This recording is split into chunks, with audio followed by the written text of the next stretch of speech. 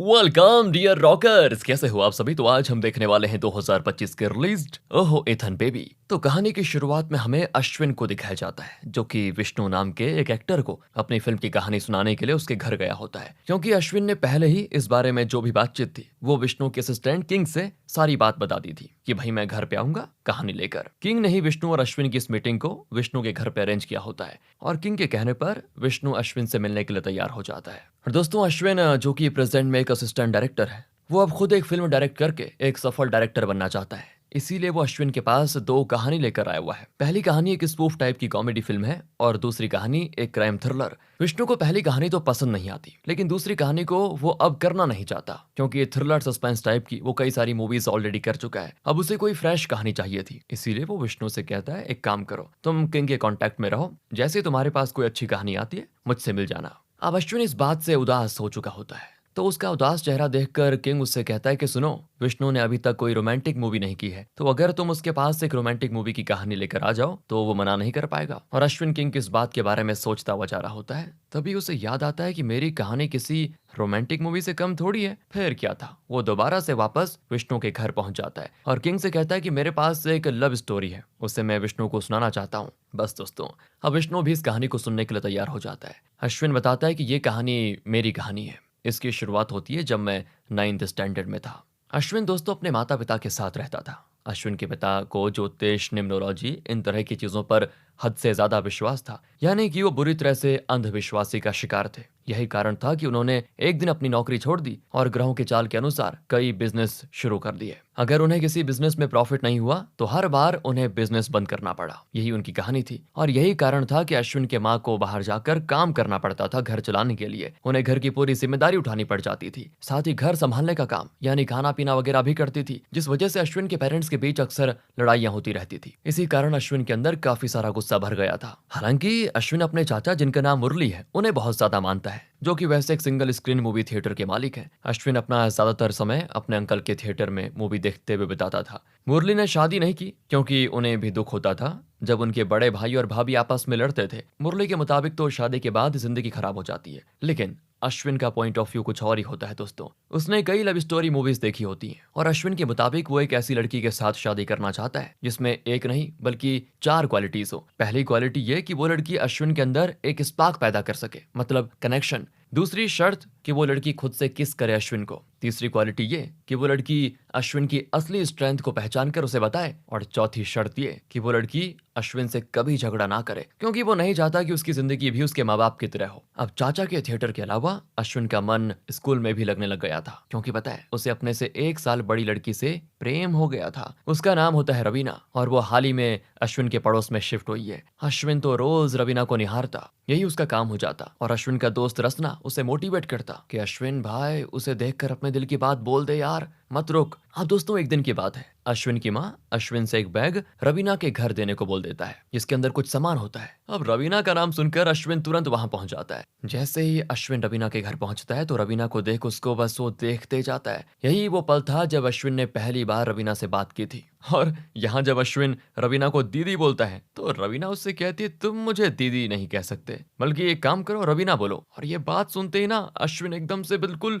7वें आसमान पर कि यार ये तो बहुत बढ़िया हो गया। उसे ऐसा फील होता है जैसे जिंदगी की सारी खुशियां मिलने वाली है। और यहीं से इन दोनों के बीच दोस्ती और बढ़ती जाती है। फिर एक दिन रवीना दोस्तों अश्विन को छत पे बुलाती है, जहां वो पहली बार अश्विन को ओ माय गॉड किस कर लेती है।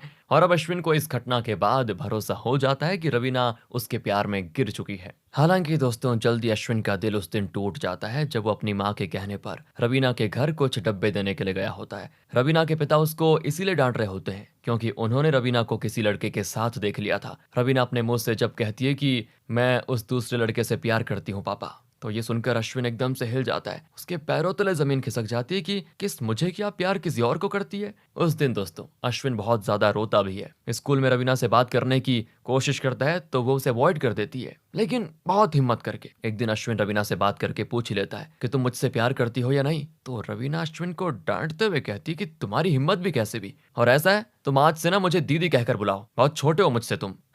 ये बातें सुनकर अश्विन एकदम तंग रह जाता है कि पहले जब मैं दीदी बोलने गया तो खुद बोला कि नाम से पुकारो, और अब नाम से पुकार रहा हूँ, प्यार कर रहा हूँ तो दीदी बोलने को कह रही है। बस यहीं पे अश्विन का ब्रेकअप हो जाता है। अब प्रेजेंट में कहानी के इस पार्ट को सुनकर किंग कहता है कि वो लड़की बहुत ही चालू थी, मतलब वो किसी और से प्यार करती थी, फिर भी तुम्हें दाना डाला। बताओ, सीधी सी बात यह है कि आजकल के ये जेंसी फैंसी है ना, ये सब ऐसे ही हैं, चीट वाले। खैर दोस्तों, अश्विन अब अपनी कहानी आगे शुरू करता है। जब उसे अपना सच्चा प्यार मिला, अश्विन जब कॉलेज में था ना, तो उसकी एक बेस्ट फ्रेंड थी अंजलि। अंजलि को अपने दोस्त रसना से अश्विन ने मिलवाया था और दोनों एक दूसरे से प्यार करते थे। बाकी कॉलेज के बाद भी अश्विन, अंजलि और रसना तीनों मिलते रहते थे। अंजलि के पिता ने एक नया घर खरीदा होता है, जिसके गृह प्रवेश के दिन अश्विन वहां रसना के साथ आया होता है। यहाँ पर अश्विन की मुलाकात अंजलि की कजन मीरा से होती है दोस्तों, और यहीं पर अश्विन रसना को भी आइडिया देता है कि जाओ अंजलि को शादी के लिए प्रपोज कर दो। रसना ने तो अश्विन के बताने पर ठीक वैसा ही कर दिया होता है, और अंजलि ने भी रसना के प्रपोजल को एक्सेप्ट कर लिया होता है, जो चीजें मीरा को बड़ी पसंद आती हैं। यहीं पर मीरा अश्विन को नोटिस करती है, क्योंकि ये पूरा आइडिया था अश्विन का, और इस तरह मीरा और अश्विन दोनों ही एक दूसरे से पहली नजर में बड़े इंप्रेस हो जाते हैं। मीरा भी एक डॉक्टर है और वो भी प्रैक्टिस कर रही है, और मीरा की माँ को भूलने की बीमारी है, जिस कारण उनका मीरा को थोड़ा ज्यादा ख्याल रखना पड़ता है। और बात करें अश्विन की, तो उसने इंजीनियरिंग कर ली है और वो अब एक IT कंपनी में जॉब कर रहा है। साथ ही दोस्तों, यहाँ पर हमें ये भी पता चल जाता है कि मीरा ना अश्विन से 2 साल बड़ी भी है।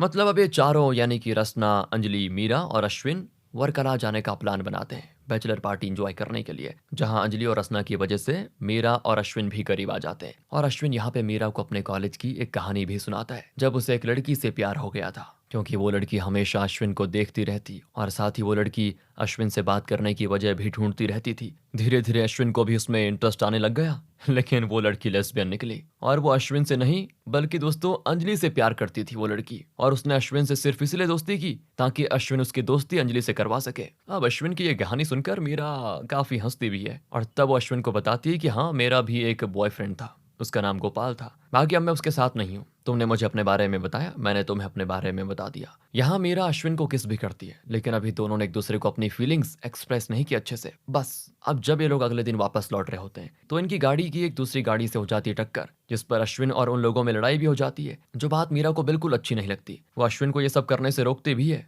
पर तभी अश्विन उन लोगों की गाड़ी का शीशा एक पत्थर से तोड़कर भाग जाता है, जो देखकर मीरा को अपने चाचा याद आ जाते हैं। असल में दोस्तों, मीरा के पिता उसके बचपन में गुजर गए थे, पर उन्होंने मीरा और अपनी पत्नी के लिए काफी दौलत और पैसा छोड़ दिया था, जिस पर मीरा के चाचा की नजर थी। मीरा का चाचा हमेशा उस पर गुस्सा किया करता था, चीजें तोड़ता फोड़ता था, और इन्हीं सभी चीजों की वजह से मीरा की माँ को भूलने की बीमारी लग गई। लेकिन शुरुआत से ही मीरा अपने चाचा से कुछ नहीं लेती थी। वो अपनी पढ़ाई के साथ साथ अपनी माँ का इलाज भी अपने पापा के छोड़े गए पैसों से ही करवाती थी। साथ ही मीरा उसकी माँ के पास US सिटीजनशिप थी, तो इन दोनों को हर साल वहां जाना पड़ता था कुछ दिनों के लिए, जो कि मीरा के चाचा नहीं चाहते थे, और इसी चीज को लेकर वो मीरा को उल्टा सीधा भी बोलता था। कभी कभी तो वो मीरा की माँ पे हाथ भी उठा देता था, और सामान वगैरह तोड़कर वो अपने गुस्से को जाहिर करता था। ये सारी चीजें जब मीरा ने दोस्तों इस लड़ाई में अश्विन पे देखी ना, तो उदास हो जाती कि नहीं, ये अश्विन ठीक नहीं है, और इसी चक्कर में दोनों की बहस भी हो जाती है। बाकी जब ये लोग प्लेन में वापस आ रहे होते हैं, तो मीरा खुद अश्विन से माफी मांग लेती है, और फिलहाल दोनों के बीच सब कुछ सही हो जाता है। यानी मीरा उन लड़कियों में है दोस्तों जो झगड़ा नहीं करना चाहती, सिंपल, और अश्विन को ऐसी ही लड़की की जरूरत तो थी। अब एक दिन मीरा के साथ जब अश्विन एक मूवी देखने जाता है, तो वो मूवी मीरा को समझ नहीं आती, तो अश्विन उस मूवी की स्टोरी मीरा के सामने इस तरह पेश करता है कि मीरा को पूरी कहानी समझ में आ जाती है। और इसी पॉइंट पर मीरा ने अश्विन को ये आइडिया दिया कि तुम फिल्म मेकिंग में क्यों नहीं जाते, जटिल से जटिल कहानियों को सिंपल भाषा में समझाना, यही तो एक फिल्म मेकर का असली हुनर होता है। तो बस दोस्तों, अश्विन ने अपना काम छोड़ा और एक डायरेक्टर को ज्वाइन कर लिया और उसका असिस्टेंट बन गया। मीरा के अंदर वो सब खूबियां थी जो अश्विन को चाहिए थी। जैसे उसने पहले किस किया, वो झगड़ा खत्म करना चाहती थी। मीरा और अश्विन ने जब एक दूसरे को पहली बार देखा, तो उनके बीच वो कनेक्शन और स्पार्क था। ऊपर से मीरा ने अश्विन को पहचाना, उसे उसके करियर में एडवाइस दी। ये सब नोटिस करते ही अश्विन मीरा को अपने दिल की बातें बता देता है, और मीरा उसके प्रपोजल को कर देती एक्सेप्ट। फिर क्या था दोस्तों, दोनों एक दूसरे को डेट करने लग जाते हैं। लेकिन यहाँ अश्विन में एक कमी थी, वो ये कि वो मीरा की बातों पे बिल्कुल ध्यान नहीं देता था। जब भी मीरा उससे अपनी परेशानी शेयर करने की सोचती है, तो अश्विन उसकी बात सुनता ही नहीं। ये चीजें मीरा को पसंद नहीं आती। अब एक दिन अश्विन के पिता को पता चल जाता है कि वो अपनी जॉब वगैरह छोड़कर एक असिस्टेंट डायरेक्टर का काम कर रहा है, तो वो अश्विन को फिल्म के सेट पे जाकर थप्पड़ भी जड़ देते हैं, क्योंकि अश्विन अपनी कुंडली के हिसाब से नहीं चल रहा होता है और इस बात पर अश्विन का उनसे हो जाता है झगड़ा और अश्विन गुस्से में घर को छोड़ देता है। वो अभी कुछ दिनों के लिए अपने चाचा के घर में शिफ्ट है,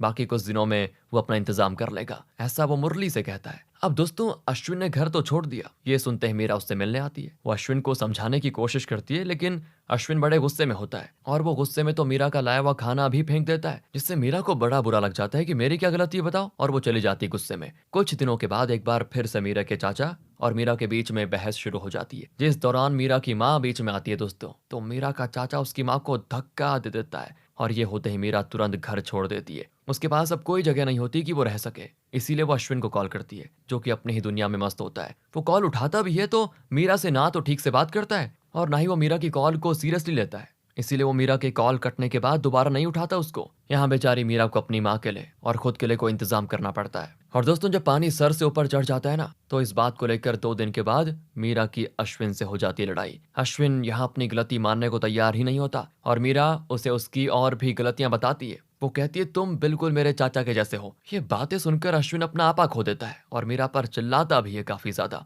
साथ ही वो गुस्से में मीरा से ब्रेकअप करके चला जाता है, जिसके बाद दोस्तों मीरा हमेशा हमेशा के लिए मणिपाल शिफ्ट हो जाती है। बाकी अश्विन की बात करें तो वो इसी सोच में होता है कि जब तक मीरा खुद मुझे कॉल करके सॉरी नहीं बोल देती, मैं उससे बातें नहीं करूंगा। अब जिस रिश्ते में दो लोग बात नहीं करते वो कैसा रिश्ता है ना, वो तो टूट ही जाता है। इस तरह इन दोनों का ब्रेकअप हुए पूरे 1.5 साल बीत चुके हैं और अश्विन अपनी ये आधी कहानी यहीं पर सुनाकर खत्म कर देता है, इसका कोई एंड नहीं है। अब दोस्तों ये पूरी कहानी सुनने के बाद अभी तक जितना भी अश्विन ने बताया, तो विष्णु कहता है क्या यार तुम्हारी कहानी में दम तो है लेकिन ये अधूरी है, पर मैं चाहता हूँ कि तुम इसे पूरी करो और एक काम करो, तुम जाकर मीरा से मिलो ताकि हमें आगे की कहानी पता चल सके। तो अश्विन कहता है कि सर मैं तो आपको ये कहानी बस अपनी नरेशन स्किल शो करने के लिए सुना रहा था, हालांकि आपको पसंद आई तो मैं खुद इस कहानी को पूरा करने की कोशिश करूंगा। इसके आगे का हिस्सा लिखकर मैं आपके लिए लेकर आता हूँ। लेकिन दोस्तों विष्णु को लिखी हुई कहानियां नहीं, बल्कि जैसे पूरी कहानी रॉ एंड रियल थी, ठीक उसी तरह की कहानी आगे भी चाहिए। इस कहानी से नया यूथ खुद को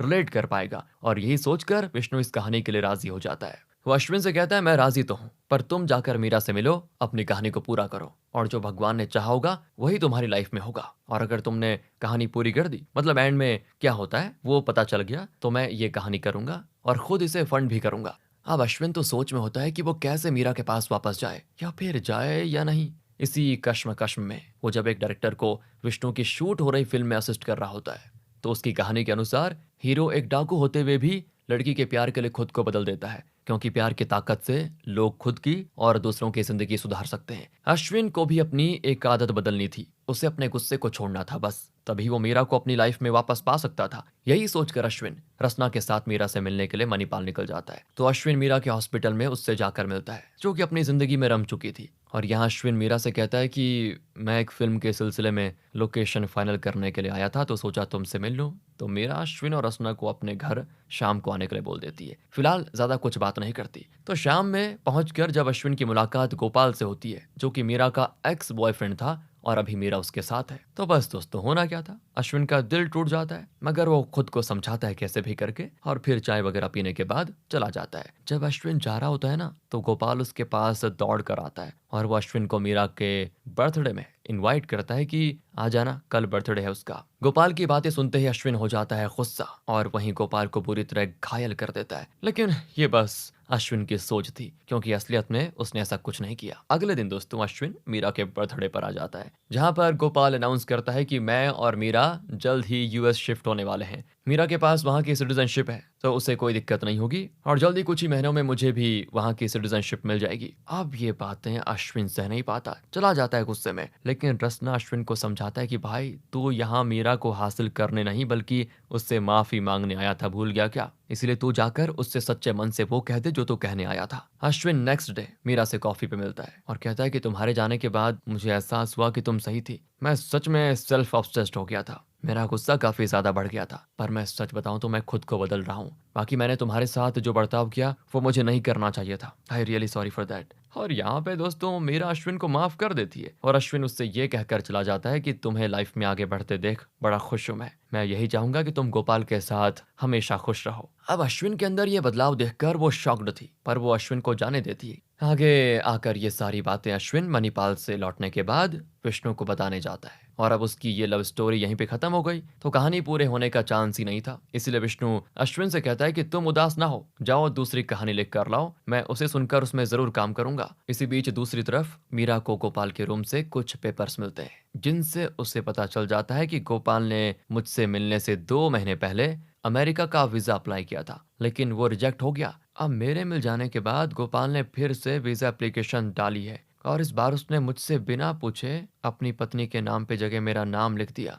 और यही वजह थी कि उसने मुझसे बिना पूछे मेरी बर्थडे पार्टी में सबके सामने मेरे साथ अमेरिका जाने का अनाउंसमेंट कर दिया, जो कि उसका सपना है इस गोपाल के बच्चे का। और इसीलिए उसने मुझे यूज किया मेरी यूएस सिटीजनशिप की वजह से। बस दोस्तों, ये सारी बातें पता लगते ही मीरा तुरंत गोपाल से ब्रेकअप कर लेती है। इधर अश्विन भी अपने परिवार पर ध्यान देने लगा होता है। वो अपनी माँ से कहता है कि पापा ने कभी भी आपको इज्जत नहीं दी, एक काम करो, आप मेरे साथ चलो, ताकि पापा को आपकी कीमत पता चल सके। उनसे दूर रहोगी ना माँ, तभी उनको आपकी कमी का एहसास होगा। और इस तरह माँ को अश्विन अपने साथ घर लेकर आ जाता है, जो बात उसके पिता को अच्छी नहीं लगती, लेकिन वो अश्विन से कुछ नहीं बोलते। हालांकि वो अपनी बीवी को मिस तो कर रहे होते हैं। अब एक दिन दोस्तों, अश्विन को अंजलि का फोन आता है, जो अश्विन से बताती है कि मीरा की माँ यहीं चेन्नई में है और घर में कोई नहीं, जिस कारण वो अंदर से लॉक हो गई है। तुम जल्दी से आकर उनकी मदद करो। अब अश्विन ये सुनते ही तुरंत उनके पास जाता है और सब कुछ संभालता है। मीरा की माँ बिल्कुल सही सलामत है दोस्तों, लेकिन वहाँ कमरे में काफी पानी गिरा होता है, जिससे अश्विन फिसलकर कांच पे गिर जाता है और उसे बड़ी चोटें आती है। हालांकि उसे तुरंत मेडिकल हेल्प मिल जाती है, जल्दी वो ठीक भी हो जाता है। और जो बातें जैसे ही मीरा को अंजलि से पता चलती है ना, तो वो तुरंत अश्विन को कॉल करती है, लेकिन उसका मोबाइल उसके चाचा मुरली के पास होता है। मुरली यहाँ मीरा से बात करता है और वो बातों ही बातों में मीरा से कह देता है कि बेटा, अश्विन अब ठीक है, लेकिन उसने तुम्हें अपनी नई फिल्म के बारे में बताया क्या? वो अपनी लव स्टोरी पर एक फिल्म बनाना चाह रहा है, उसी के बारे में वो तुम्हें बताने के लिए मणिपाल गया था। अब दोस्तों, मीरा को यहाँ पे ये लगता है कि अश्विन मुझसे मिलने नहीं, बल्कि अपनी खुशी जाहिर करने आया था मेरे पास। इसीलिए वो कॉल काट देती है और रात भर रोती भी रहती है। इधर जब अश्विन को मुरली से सब पता चलता है, तो वो उल्टा मुरली पर ही गुस्सा हो जाता है कि आपने क्यों कहा कुछ। यहाँ मीरा को उदास देखकर उसकी एक दोस्त मीरा को एक वीडियो दिखाती है, जो कि असल में विष्णु का एक इंटरव्यू है, जो कि उसने हाल ही में दिया। रिपोर्टर विष्णु से पूछती है, क्या कोई ऐसी मूवी है जिसे ना पाने का आपको दुख हो? तो विष्णु उसे अश्विन की स्टोरी के बारे में बताता है। असल में दोस्तों, अश्विन ने विष्णु को इस कहानी पर फिल्म बनाने से मना कर दिया था उस समय, जबकि विष्णु उसकी कहानी पर वो सैड एंडिंग लव स्टोरी बनाना चाहता था। तब अश्विन ने विष्णु से बोला कि मीरा भी गोपाल के साथ है, और शायद इस मूवी की कहानी देखकर गोपाल उसे जिंदगी भर ताने देगा, और मैं नहीं चाहता कि मेरी मीरा की जिंदगी मेरी वजह से तबाह हो। इसी के बाद दोस्तों, विष्णु दूसरी कहानी पर फिल्म बनाने के लिए राजी हो गया था। यानी कि अश्विन ने उस लड़की के लिए अपनी जिंदगी का सबसे अच्छा ऑफर ठुकरा दिया, जो कि इस वक्त किसी और के साथ है। मतलब वैसे गोपाल के साथ है, लेकिन इनको नहीं पता कि ब्रेकअप हो गया उसका गोपाल से। ये वीडियो देखते मीरा को अपनी गलती का एहसास हो जाता है, और वो अगले ही दिन अश्विन से मिलने एक फिल्म के सेट पर पहुंच जाती है, जहां पे विष्णु भी मौजूद होता है और एक बॉम्ब ब्लास्ट का सीन तैयार चल रहा है। अब बॉम्ब जैसे ब्लास्ट किया जाने वाला था, तभी वहां पे दौड़ते दौड़ते मीरा आ जाती है, जिसे आते देखकर अश्विन उसे बचाने भागता है और एन टाइम पर ब्लास्ट हो जाता है। जिसके बाद हम अश्विन को मीरा की गोद में देखते हैं, और ये असल में पाउडर बॉम्ब था, तो अश्विन और मीरा को कुछ नहीं होता। और यहाँ मीरा अश्विन से माफी मांगने के लिए आई हुई है कि मैंने तुम्हें गलत समझा। साथ ही वो उसे अपने और गोपाल के ब्रेकअप की पूरी कहानी बताती है। दूसरी तरफ तुम हो जिसने एक ऐसी लड़की के लिए अपनी जिंदगी का सबसे खास ऑफर ठुकरा दिया, जो कि किसी और के साथ में है। बताओ अश्विन, मुझे माफ कर दो और एक बार फिर से मेरे प्यार को स्वीकार कर लो। और फिर अश्विन कहता है कि ये तुम्हारे ही प्यार का सहारा था जो मैं बदल पाया, और अब तुम्हें कहीं जाने नहीं दूंगा। इतना कहने के बाद दोनों एक दूसरे को किस कर लेते हैं। अब अश्विन की कहानी पूरी हो जाती है दोस्तों। तो विष्णु अब अश्विन की फिल्म में काम करने के लिए पूरी तरह से रेडी हो जाता है। जो बातें सुनकर मीरा और मुरली बड़े खुश होते हैं। साथ ही जल्दी अश्विन के पिता को भी अपनी गलती का एहसास हो जाता है, और वो अपनी बीवी यानी अश्विन की माँ से मिलने जाते हैं, जो देखकर अश्विन बड़ा खुश होता है कि चलो अकल आ ही गई। इस तरह उन्होंने अश्विन के काम को भी एक्सेप्ट कर लिया। इसी के साथ दोस्तों, ये कहानी यहाँ पे खत्म होती है। बाकी आप बताइए, आपको मजा आया क्या? मिलते हैं आपसे अगली वीडियो में। ध्यान रखिए अपना, अच्छी लगी हो तो लाइक करें। Thanks for watching.